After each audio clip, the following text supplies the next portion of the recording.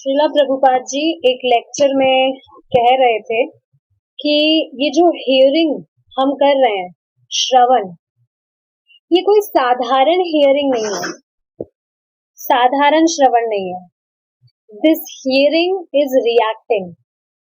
This is really very nice that we are putting things. Hearing is reacting. जो भी हम सुन रहे हैं, आप देखेंगे जैसे केमिस्ट्री लैब होता है, उसमें आप देखेंगे कैसे रिएक्शन होता है. कुछ भी एक्सपेरिमेंट करते हैं तो कैसे रिएक्शन होता है. कहने का आशय ये है कि जो भी हरे कृष्णा महामंत्र हम कर रहे हैं, चैंटिंग कर रहे हैं, उसको सुनने का प्रयास कर रहे हैं, भागवतम हम सुनते हैं, शास्त्र श्रवण जो भी करते हैं, वो साधारण श्रवण नहीं है. तो ये बहुत सौभाग्य की बात है कि हम डेली पढ़ पा रहे हैं नियमित रूप से. श्रीला प्रभुपाद जी जो कृष्णा बुक है उसमें फर्स्ट पेज में ही कहते हैं कि कृष्णा बुक का कोई भी व्यक्ति सिर्फ एक लाइन भी पढ़ लेता है, एक पैराग्राफ, एक लाइन या एक वर्ड भी पढ़ लेता है, तो उसका जो पूरा जीवन है वो सफल हो जाता है सिर्फ एक लाइन पढ़ने से. सोचिए आप. अब वो श्रीला प्रभुपाद जी जानते हैं कि वो कैसे होता है, बट होता है.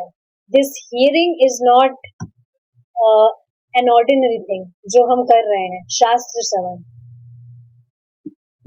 ठीक है. So today we will start our third chapter. देखेंगे टॉपिक क्या है. कृष्ण प्रेम का अभ्यास. देखेंगे ये जो पोस्टर है इसमें क्या बता रहे हैं Srila Prabhupada ji. A sinful activity cannot be counteracted by a pious activity. Thus, real prayashchit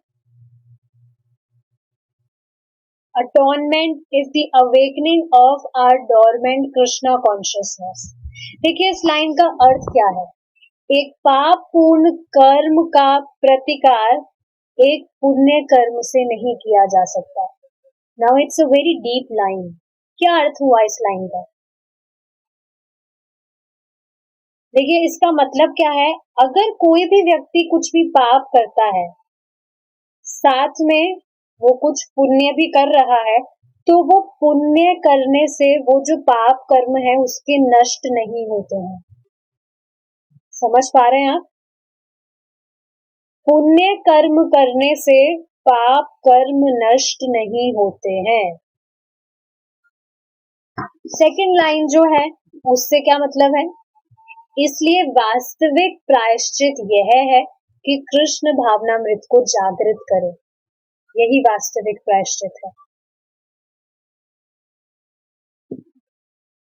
जो भी व्यक्ति है उसको पाप अलग भोगना होगा और उसके जो पुण्य कर्म है उसे अलग भोगना होगा. इसका सबसे जो ब्यूटीफुल एग्जाम्पल है वो नृग महाराज से है. नृग महाराज की जो कथा है आप जानते होंगे, नहीं जानते हैं तो सुनते हैं क्या कथा है. नृग महाराज बहुत ज्यादा दानवीर थे, बहुत दान करते थे, बहुत गाय वगैरह दान करते थे. तो एक बार क्या हुआ था, उन्होंने एक ब्राह्मण को एक गाय दान की थी. तो वो जो गाय थी वो वापस से उन्हीं के पास आ गई थी लौट कर. अब वो जो गाय लौट कर आ गई उसी को उन्होंने वापस से किसी और ब्राह्मण को दान कर दिया था. तो अब वो जो ब्राह्मण थे जिन्हें उन्होंने पहले गाय दान की थी, वो उस दूसरे ब्राह्मण के पास जाकर कहे कि ये तो मेरी गाय है, आप मुझे वापस लौटा दीजिए, मुझे दान की थी राजा ने. तो फिर वो जो दूसरे ब्राह्मण थे उन्होंने कहा कि नहीं, ये गाय तो मुझे दान की है राजा ने. तो दोनों झगड़ने लगे और राजा के पास गए. तो बाद में राजा को जब ये पता लगा, उन्होंने कुछ टेस्ट वगैरह किया तो उन्होंने पता लगा कि उनसे अपराध हो गया. तो उन्होंने बहुत क्षमा वगैरह मांगी, लेकिन फिर भी जो ब्राह्मण थे वो रुष्ट हो गए. तो इस वजह से आप देखेंगे जब उनका देह छूटा था तो यमराज जी के पास गए थे वो. तो यमराज जी बेसिकली पहले ऑप्शन देते हैं कि आपने कुछ पुण्य कर्म किए हैं, कुछ पाप कर्म किए हैं, उनमें से आप क्या भोगना चाहोगे? तो नृग महाराज ने सोचा पहले पाप कर्म भोग लेता हूँ, फिर बाद में पुण्य कर्म आराम से भोगूंगा। तो इस वजह से आप देखेंगे उनके अगले जीवन में जो पाप उनसे हुआ था, देखिए पाप वास्तविकता में हुआ नहीं था, अनजाने में ये चीज हुई थी, बट फिर भी it has counted as sinful activity. किसी ब्राह्मण की संपत्ति चोरी करने का पाप हो गया ये, तो जिसके कारण उन्हें अगले जीवन में एक छिपकली का देह प्राप्त हुआ। अब याद आ रही होगी आपको, पूरे जीवन उन्हें एक अंधेरे कुएं में रहना पड़ा था छिपकली के रूप में। तो एक बार यदु कुमार खेल रहे थे, तो उनकी जो बॉल होती है वो उस कुएं में चली गई थी। तो उन्होंने देखा तो उसमें वो नृग महाराज थे छिपकली के रूप में, तो वो चीख रहे थे कि मुझे निकालो, यहाँ से निकालो। तो उन्होंने ये बात भगवान को जाके बताई, तो भगवान ने अपना हाथ देकर उन्हें उस कुएं से निकाल दिया था। तो बात समझ रहे हैं आप कि पुण्य कर्म अगर कोई व्यक्ति कितना भी कर रहा है, परोपकारी काम कर भी रहा है, पर उससे पाप कर्म खत्म नहीं होते हैं। और देखिए, देखा जाए तो जो पुण्य कर्म है वो भी एक विद्रोही सी है भगवान के प्रति, विद्रोह की भावना है। क्यों? क्योंकि कोई भी व्यक्ति है, पुण्य कर रहा है, परोपकारी काम कर रहा है, तो उसके पीछे उसका उद्देश्य क्या है, उसकी मंशा क्या है कि पुण्य करके मुझे अगला जीवन जो प्राप्त हो उसमें अच्छी सुविधाएं मुझे प्राप्त हो, जिससे मैं अच्छे से भोग कर सकूं। यही तो उद्देश्य है। और पुण्य क्यों करते हैं? आप देखते होंगे ना, प्राय जो व्यक्ति है जिनके पास बहुत धन होता है या कुछ भी चीजें होती है, तो वो दान क्यों करते हैं? क्योंकि उन्हें पता है जो अभी दे रहे हैं वो हमारे पास बाद में अगले जन्म में लौट कर आएगा। और ये बात सच भी है, पर पुण्य करना भी सही चीज नहीं है, क्योंकि यह भी बंधन का कारण बनता है। ठीक है, सो मूविंग फॉरवर्ड देखेंगे क्या है। पाप कर्मों के कल्मश के अनुपात में ही प्रायश्चित करना आवश्यक है, यही शास्त्रों का आदेश है। लास्ट चैप्टर में हमने ये चीज पढ़ी थी, लघुनी गुनी, कि बड़ा पाप कोई व्यक्ति कर रहा है तो उसके हिसाब से बड़ा प्रायश्चित करना होता है, छोटा पाप कर रहा है तो छोटा प्रायश्चित करना होता है। शुकदेव गोस्वामी कहते हैं कि यदि मनुष्य मृत्यु के पूर्व प्रायश्चित कर लेता है तो उसके अगले जन्म में उसका पतन नहीं होगा।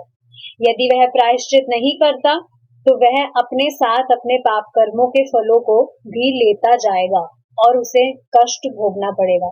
अब आप खुद बताइए, ये जो बात है, क्या आजकल जो भी समाज है वो देख रहा है इस बात को कि जो भी कर्म वो अभी कर रहा है, पाप कर्म, उसके फलों को भी वो साथ लेता जाएगा, उसे कष्ट भोगना पड़ेगा।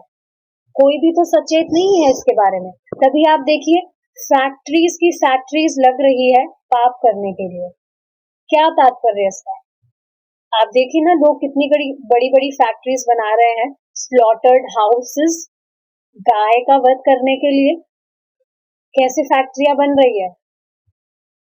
शास्त्रों में ये वर्णित है कि कोई भी व्यक्ति जो गाय की हत्या करता है, तो गाय के देह में जितने बाल होते हैं, रुए होते हैं, उतना 1000 वर्ष उसे नर्क भोगना पड़ता है।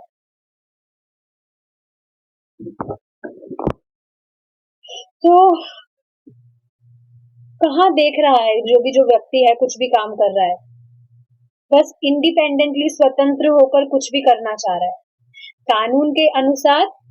इसलिए देखिए, महाराज इस पे बहुत विनोद पूर्वक बात बोलते हैं कि ये जो भी व्यक्ति घूम रहे हैं, ये जो भी मंदिर के सामने जितने भी भिखारी है ना, ये वही लोग हैं जिन्होंने पहले मंदिर में पैसे चुराए थे अपने पिछले जन्म में। तो आप देखेंगे कि ये जो चीज है ये भी तो गलत ही है। चोरी करना तो शुरू से बताया है कि चोरी करना अच्छी बात नहीं है।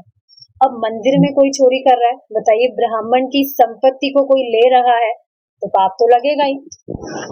लेकिन समझना चाहिए कि ये जो भी अनजाने में व्यक्ति कर देता है, बचपन में भी देखिए जो बच्चे हैं चोरी करते हैं, कुछ भी उठा के ले आएंगे, हमारा मन चल रहा है, लेकिन समझना चाहिए कि पहले जितना भी पाप हुआ हो, भगवान का नाम उच्चारण करने से सभी पापों से मुक्त हो जाता है। तो भक्तों को तो डरने की जरूरत नहीं है इस चीज से, भक्ति कर रहे हैं, भगवान की शरण ली है। लेकिन ये बात भी समझने वाली है कि व्यक्ति नाम अपराध ना करने लगे। एक नाम अपराध क्या है कि नाम के बल पे पाप कर रहा है, कि पता है नाम उच्चारण करने से तो पाप नष्ट हो ही जाएंगे, तो थोड़ा पाप ही कर लेते हैं। नहीं, वो गलत चीज होगी, ऐसा नहीं करना होता। कानून के अनुसार यदि कोई किसी को मार डालता है तो उसे मृत्यु दंड की सजा होती है।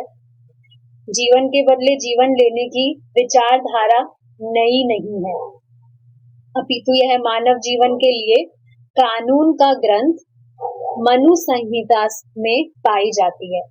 उसमें यह कहा गया है कि जब राजा किसी हत्यारे को फांसी देता है तो वास्तव में उससे हत्यारा लाभान्वित होता है, क्योंकि यदि उसे मारा नहीं जाता है तो वह अपनी हत्या का फल अपने साथ लेता जाएगा और उसे अनेक प्रकार से कष्ट भोगने पड़ेंगे।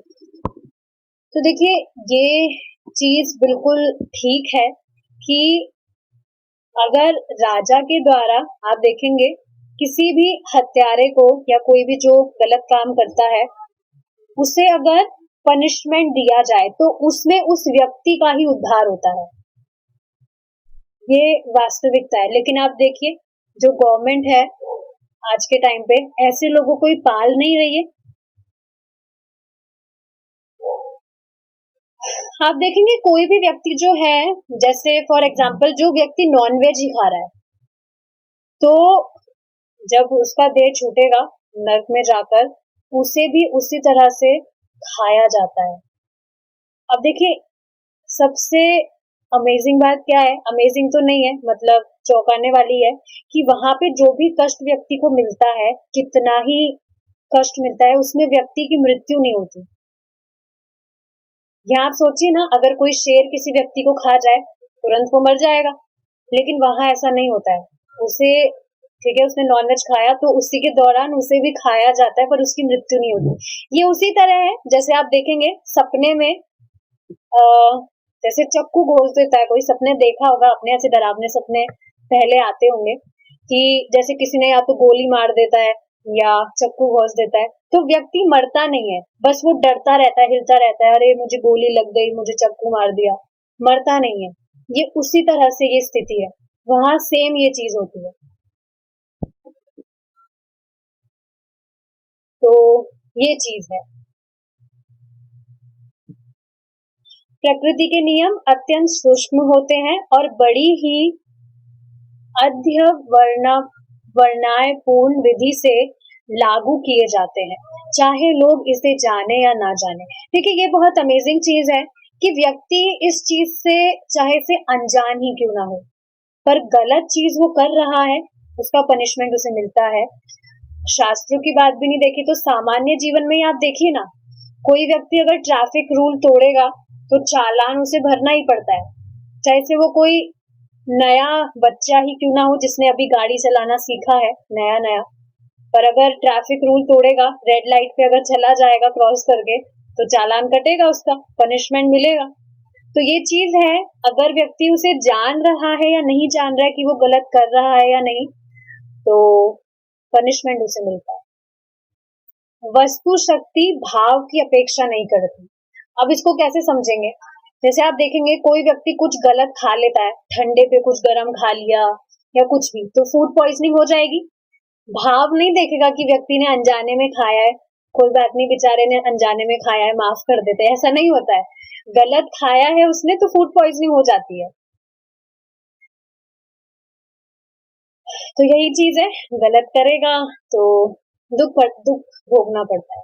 मनु संहिता में जीवन के बदले जीवन का अधिकार दिया गया है और इसका वास्तव में संसार भर में पालन किया जाता है। इसी प्रकार अन्य ऐसे नियम भी है जिसके अनुसार मनुष्य एक चींटी को भी नहीं मार सकता। और सब घबरा तो नहीं रहे, अरे चींटी तो बहुत मारी है हमने। अगर वह ऐसा करता है तो उसकी जिम्मेदारी उसे स्वीकार करनी होगी। देखिए इसका एग्जाम्पल हम मुंडुक ऋषि से लेंगे। आप देखेंगे वो जो भी छोटे छोटे चींटियां तितली वगैरह होती थी, उसमें वो सुई से उनको भेद देते थे, उनको पीड़ा देते थे। लेकिन आप देखेंगे बाद में जाके उन्हीं को तलवार से भेद दिया था। तो जब वो यमराज जी के पास गए कि मेरे साथ में ऐसा क्यों किया जा रहा है, वो चिल्लाने लगे, मेरे साथ ऐसा क्यों किया जा रहा है, मैं तो ऋषि हूँ, मैं तो तपस्या करता हूँ, ये वो। बाद में वो ऋषि बने थे, पहले ये सब काम करते थे वो। तो उन्हें बताया गया कि आपने पहले ये चीजें की थी, इस वजह से ये सब आपको भोगना पड़ रहा है। तो ये चीज समझनी चाहिए। देखिए डराया नहीं जा रहा है यहाँ पर कि गलती से अगर हो भी जाए तो वो अलग बात है, जानबूझकर पीड़ा नहीं देनी चाहिए।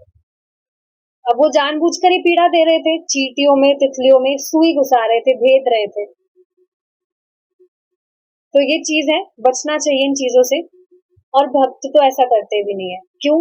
क्योंकि देखिए स्क्रिप्चर्स पढ़ने के बाद में वी बिकम मोर कॉन्शियस कि जिसे भी हम देख रहे हैं, जो भी जीव है वो भगवान का अंश ही तो है, उसके कर्म अनुसार बस उसे वो देह प्राप्त हुआ है। तो ये चीज है, हम किसी जीव को उत्पन्न नहीं कर सकते हैं, अतः हमें उसे मारने का अधिकार भी नहीं है। अतएव जो मानव निर्मित नियम मनुष्य की हत्या तथा पशु की हत्या करने में भेदभाव बतरते हैं वह अपूर्ण है। देखिए इसका एग्जाम्पल हम एक कहानी से लेंगे फिर से, जो भगवान बुद्ध हैं उनके समय की कहानी है ये। एक बार की बात है, एक व्यक्ति थे, वो मारा करते थे पशुओं को। तो उनकी मुलाकात भगवान बुद्ध से हुई। तो भगवान बुद्ध ने उन्हें शिक्षा देने के लिए उन्हें कहा कि पेड़ से आप एक पत्ती तोड़कर लाइए। तो वो तोड़कर ले आए। तो फिर अब उन्होंने कहा भगवान बुद्ध ने कि अब उस पत्ती को आप वापस जोड़ दीजिए। उन्होंने कहा ये सामर्थ्य तो मुझ में नहीं है। तो भगवान बुद्ध ने फिर कहा कि अगर आप में पत्ती जोड़ने का सामर्थ्य नहीं है तो फिर आप उसको तोड़कर क्यों लाए। तो उससे उन्हें बहुत सुंदर शिक्षा प्राप्त हुई कि अगर मैं किसी को जीवन नहीं दे सकता तो मैं किसी को मार क्यों रहा हूं। अगर किसी को जीवन देने का सामर्थ्य मुझ में नहीं है तो किसी का जीवन मैं ले क्यों रहा हूं। देखिए राजा का अधिकार है अगर कोई गलत कार्य कर रहा है तो, लेकिन सामान्य व्यक्ति ऐसे नहीं कर सकता है। सामान्य व्यक्ति खुद ही राजा नहीं बन जाएगा, ये गलत काम कर रहा है मुझे इसे दंड देना चाहिए, नहीं। अच्छा, अब इससे क्वेश्चन आएगा कि आप जो भी डिवोटीज हैं, आप भी तो पेड़ से तोड़कर ही फल वगैरह खाते हैं, मतलब जो भी फल वगैरह हम खाते हैं, सब्जी खाते, पेड़ पे तो वो उगता है। लेकिन ये समझना चाहिए कि पेड़ से जो भी फल या सब्जी टूटती है तो क्या वो मर जाती है? नहीं। और एक और समझने वाली बात क्या है कि जब भी हम जो भी सब्जियां हैं, फल है, उनको काट कर जब हम पकाते हैं, अगर वो भगवान को अर्पित नहीं किया गया, भगवान को ऑफर नहीं किया गया, तो वो भी कर्म का कारण बनता है, बंधन का कारण बनता है। और ये सारी चीजें तो आप देखेंगे मोड ऑफ गुडनेस में आती है। भगवान ने ये खाने के लिए बनाया है, तो ये हत्या नहीं मानी जाएगी। हिंसा तब मानी जाती है जब आप काट रहे हैं सब्जियों को पर आप उसे भगवान को ऑफर नहीं कर रहे। तो ये चीज है। अब आगे का जो टॉपिक है we will continue it tomorrow. We will stop here now. Srila Prabhupada की जय। निताय गौर प्रेमानंदे।